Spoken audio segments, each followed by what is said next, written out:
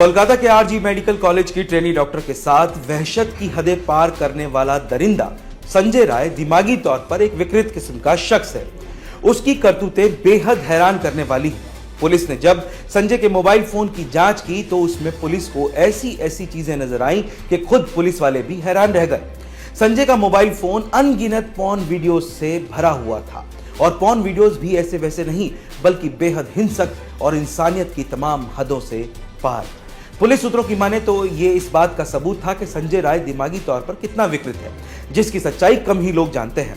अब पुलिस को पता चला है कि अक्सर रात को शराब पीकर पॉर्न वीडियोस देखा करता था और अस्पताल में और उसके आसपास मंडराता रहता था। छानबीन के दौरान यह भी पता चला है कि संजय राय की 4 शादियां हो चुकी हैं, लेकिन उसके बावजूद वो अकेला ही रहता है। उसका मकान अस्पताल के पास ही है। असल में ऐसी ही अजीब और हिंसक मानसिकता के चलते उसकी 3 बीवियां उसे छोड़कर जा चुकी हैं, जबकि चौथी बीवी की पिछले साल कैंसर के चलते मौत हो गई थी। संजय राय से जुड़ी इन जानकारियों के सामने आने और खासकर मोबाइल फोन का मौके पर मिला ब्लूटूथ डिवाइस उसके मोबाइल से पेयर हो जाने पर पुलिस ने उसे हिरासत में लिया और उससे पूछताछ शुरू की। सूत्रों की माने तो शुक्रवार को जब पुलिस ने उसे पकड़ा तब भी वो नशे की हालत में ही था। शुरू में तो उसने पुलिस को बरगलाने की पूरी कोशिश की, लेकिन सीसीटीवी फुटेज, ब्लूटूथ और उसके पास से मिले कई सबूतों के चलते आखिरकार उसने इस वारदात को अंजाम देने की बात कबूल कर ली। पुलिस सूत्रों की माने तो गुरुवार शुक्रवार की दरमियानी रात को भोर में करीब 4 बजे उसने उस ट्रेनी डॉक्टर पर तब हमला किया जब वो सेमिनार हॉल में अकेली सो रही थी। पहले उसके साथ ज्यादती करने की उसने कोशिश की और फिर विरोध करने पर उसका गला घोंटकर उसकी जान ले ली।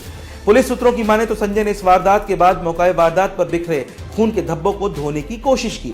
वारदात के बाद वो घर गया, उसने अपने कपड़े भी धो दिए, लेकिन उसके साथ एक चीज ऐसी थी जिससे वो खून के धब्बे साफ करना भूल गया और वो थे उसके जूते।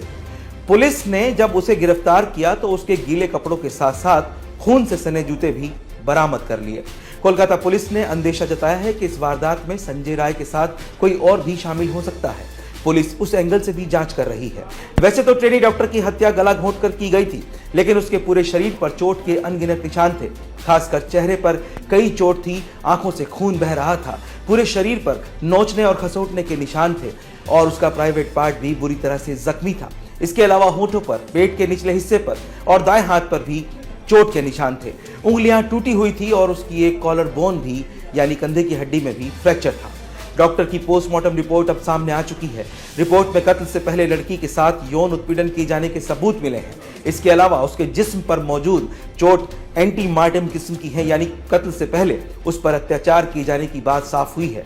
मौत का तरीका गला घोंटने और सांस रोकने को बताया गया है। पुलिस की माने तो शुरुआती छानबीन में आरोपी ने जुर्म की बात कबूल कर ली और पूछताछ में पुलिस से कई बार ये कहा कि वो अपने किए की सजा चाहता है, उसे फांसी पर लटका दिया जाए। फिलहाल पुलिस मामले की छानबीन कर रही है और ये पता लगाना चाहती है कि कहीं ट्रेनी डॉक्टर के साथ ज्यादती करने में अकेला संजय रॉय नाम का सिविक वॉलंटियर ही शामिल था या फिर कोई और भी उसके साथ वहां पर मौजूद था।